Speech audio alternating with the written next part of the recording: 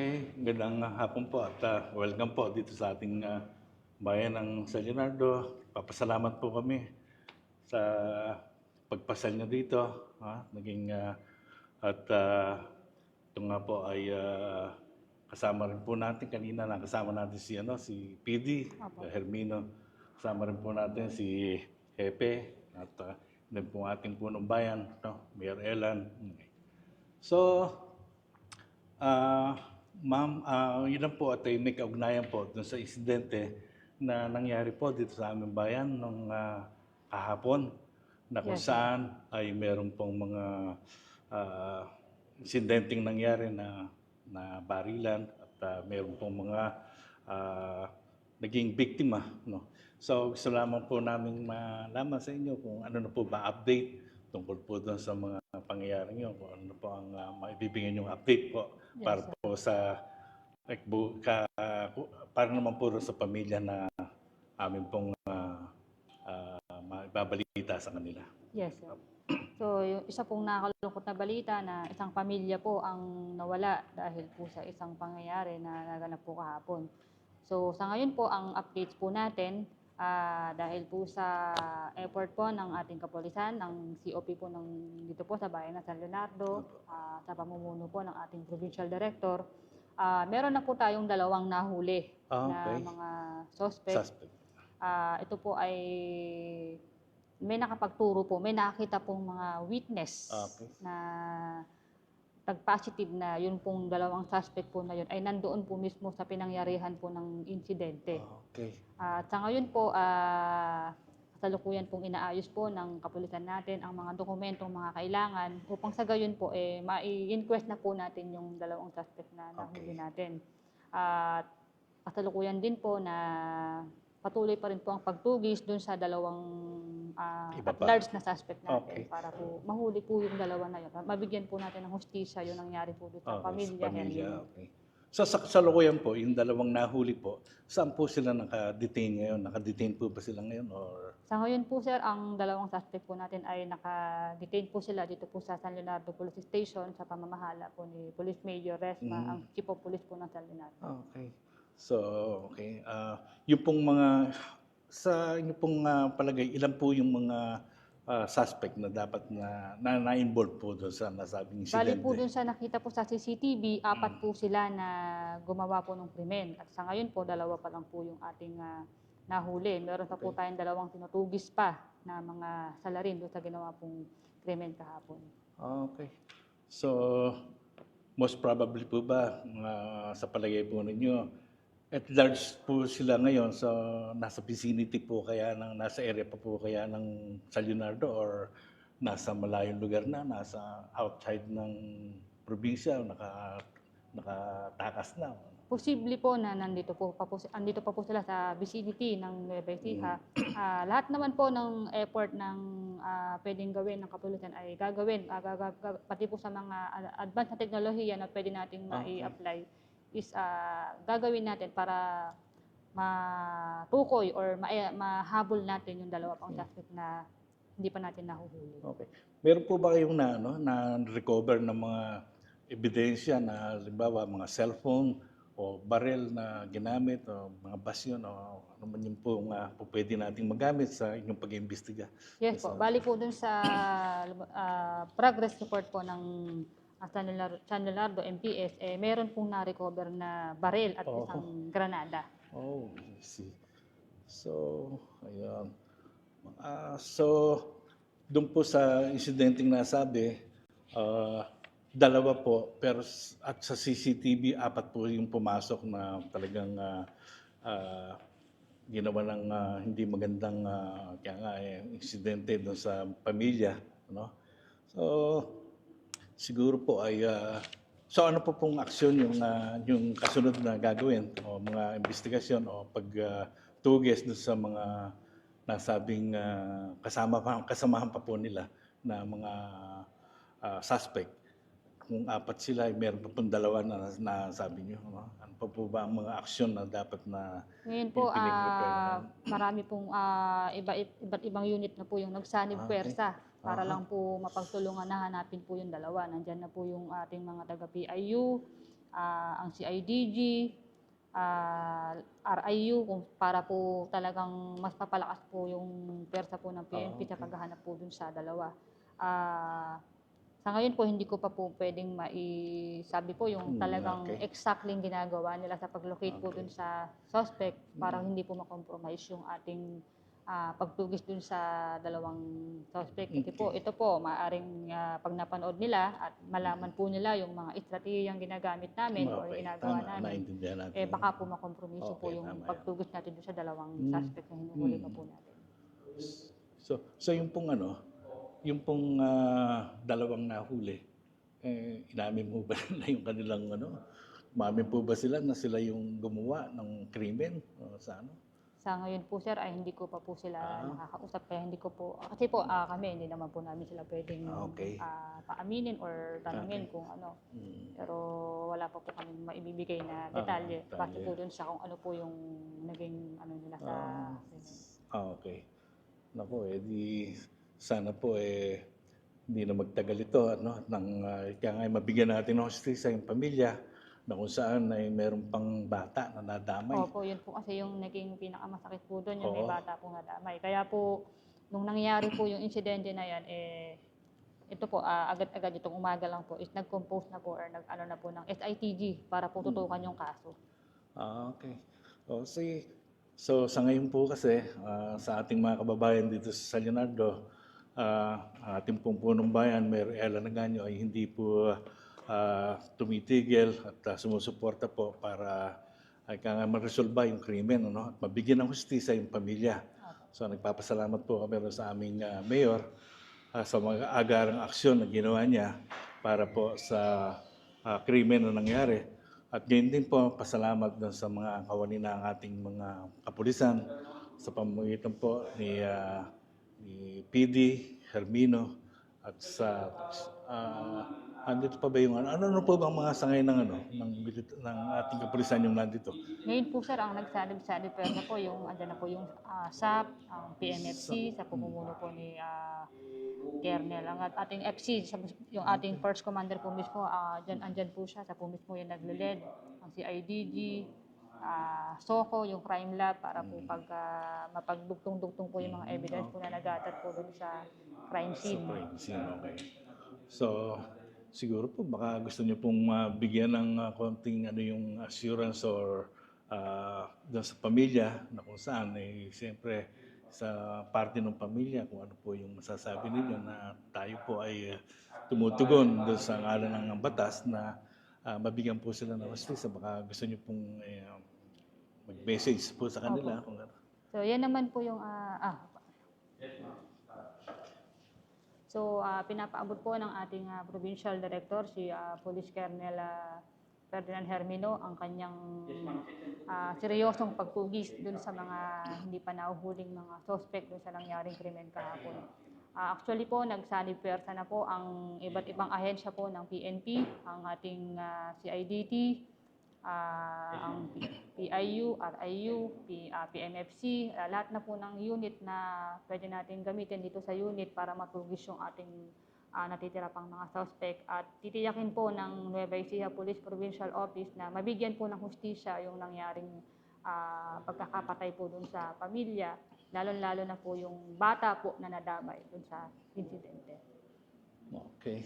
Maraming salamat po at kami po ay umaasa na sa madaling panahon ay ma-resolve po natin yung kaso na kung saan ay mabigyan po natin ng hustisya yung mga pamilya na naging biktima, at pinapaabot po namin ang aming pasasalamat sa inyo pong lahat na nandito ngayon.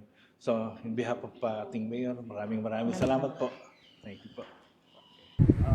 Malungkot na gabi po at isang pakikiramay sa ating mga nauliga na maghanap na Ramos, Nitikin at Panginoon sa Putera. Ito po sa Mallorca. Hindi po nais yung nangyari at karaniwan isang kamunduman ng krimen ang hindi po natin inaasahan. Kami po ay hindi naman nagpapahinga. Andito po ang ating kapitan ng barangay, si Kapitan Michael Sanchez, at At ito kami ngayon sa Mallorca, sa Leonardo, Nueva Ecija, na kung saan kami po ay hindi titigil upang mabigyan ng hustisya yung pagkakapatay din sa mag-anak na isang 11 years old na napakawalang hiya ng gumawa at yung asawa po na wala pong masamang record at walang kaaway, walang kaatraso, kundi ang siguro po tulungan at magnegosyo at ganun po ang nangyari na pinasok yung kanilang bahay at sila po ay nagbabaril na yung tama ng lalaki sa 7 beses po na pinagbabaril at ang tama ay sa ulo. Yung babae naman po 11 beses na tinamaan din, may tama rin po sa ulo. At yung pong bata na 11 years old, 7 beses na pinagbabaril ng mga walang hiyang walang kaluluwa ng mga pinatay na ito, 7 beses na pinirik sa dibdib. Kami po ay nangangailangan din ng tulong. Kailangan natin ng hustisya dito. Kami po ay nananawagan sa kapulisan at alam ko po, hindi naman nagpapabaya sila Major Resma, yung hepe ng ating kapulisan, si PD, Namino, at saka po ang ating pong Provincial Chief CIDG na si Colonel Michael Reyes Chavez. Ganun pa man po, kulang pa rin po ang ating pong pagpupursigi at bilang mayor po ay umaapil na rin ako sa ating gobernador at ating magiging vice governor na umali na kami po at ang kapulisan ay tulungan upang magkaroon ng hustisya ang nangyari dito po sa mga tahimik na mamamayan sa Mallorca, sa Leonardo, Nueva Ecija. Ang pamilya pong ito ay kilala namin at talaga pong hanggang sa pagbibenta lang ng mga damit at yung pong kanilang negosyo ay lihitimo at yung pong kanilang pamumuhay ay wala kaming alam na pinargadyado. Subalit doon sa kanilang istorya ay nagkaroon po ng mga taong nagtangka na sa kanilang buhay noong 2022 na ito na kung saan po ito pong mag-anak na ito nakasakay sa tricycle dito po sa may malapit sa Cono sa Barangay Din ng Mallorca ay kinagisa na ng granada ng magkapatid na Marcelo, yung Joey Marcelo at yung pong nakikita ko sa inyo yung kaspatid niya na magkasamang naghagis ng granada doon sa loob ng tricycle na kinalulunanan ng mag-anak. Buo po ang loob ng babae at dinampot niya yung granada, itinapon sa labas habang tumatakbo yung kanilang tricycle. Sumabog po ang granada at nasugatan lang po ng bahagya yung mag-anak. Ito po ang record na nakita natin at yung po ay nagkaroon na po ng hustisya noon. Nahabla po yung kapatid na kulong at sa pagkakaalam ko po, nakapagpiyansa lamang. Hanggang ngayon po may kaso.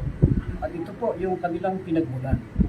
Sa ngayon po, tamang may nahuli po ulit ang Marcelo Brothers, taga Mallorca rin, sa barangay Poropriles, barangay po ng Mallorca sa Leonardo, Nueva Ecija, na kung saan nahablahan na rin po ng murder. Ito po yung patunayan na yung pong murder case ay meron na pong kaso yung magkapatid na Marcelo. Ito po yung kopya ng mga nakahuli at pagkakasampa ng kaso. Mangyayari po bigyan natin ng proteksyon ang mga magkakapatid na naiwan ito. Meron po pong mga kapatid na babae at lalaki. Ang si Mrs. Ramos Albatera, Balikid, at yung pong lalaki naman na tiga Cavite na kanyang asawa, ay marami pa rin pong kapatid na yung meron pong dalawa sa Korea, kaya po yun, siguradong uuwi, maging bukas makalawa. At marami naman pong tutulong na pamilya pa ito at mga kamag-anak. Pero siyempre po, hindi namin magagawa ng mga tiga San Leonardo yung trabaho ng kapulisan at yung mga kailangan pang tumulong na mag-imbestiga rito, maging ang NBI o iba pang ahensya, ang regional police, ang mobile. Pagkumbi-kombinasyonan na po natin ang pagtulong dito sa mga pamilya nito dahil hindi na po dapat magtagal na mabigyan ng hustisya yung buong pamilya dahil ito po ay talaga namang napakasakit para sa kanila at bilang namumuno din po dito sa bayan ng San Leonardo ay hindi po dapat sanang nagkakaroon ng ganitong krimen at tayo po ay isang mapayapang pamamayan. Ang peace and order dito ay ating naman po pinangangalagaan. Kaya nakakalungkot po na yung ganitong insidente, isolated case po, ay nangyari dito sa ating panahon na simpleng problema ng magkakabarangay, simpleng problema ng isang pamilya na ang magiging katumbas ay buhay ng buong pamilya, maging ang bata na napaka-inosente, walang kinalaman dasong kung anumang kanilang ginagalawan. Yung buhay na kanyang dapat nahatin, yung buhay na kanyang dapat na kalakihan, na damay dito sa kanilang rumag-dumag na pag-murder dito po sa pamilya po na tiga rito po sa Madyola. Kaya sana po kami po ay nananawagan din sa aming kapitan ng barangay na maglagay ng barangay tanod araw-gabi dito sa Madyola. Ito po si Kapitan Michael Sanchez. Magandang gabi po. Yun po sa nangyari po dito sa amin sa barangay. Ako po ay nananawagan sa kapulisan dito po sa nangyaring krimen na karumal-dumal sa sa aking mga kabarangay. Na ito naman po mga aking mga kabarangay na to ay namumuhay ng tahimik, naghahanap buhay po ng marangal. Hindi po namin sukat akalain na ganito po ang aming gagawin dito po sa aming kabarangay. Kaya po kami sa kapulisan, nananawagan po kami at kay Governor na humingi po kami ng tulong para mapanagot kung sino po ang gumawa nito sa pamilya na to. Muli po, ang aming pong apila sa mga kapulisan ay mabigyan kaagad ng hustisya ang nangyaring napakapangit na pagpasok at pagtapos ang buhay ng mga pangkaraniwang tahimik na mamamayan. Narito po yung mugshot ng magkapatid at nakikita ko rin dito sa inyo pong paalaman na ito po ay nahuli at nahulihan din po ng base sa police report, nahulihan din po ng baril yung magkapatid at may kasama ring granada.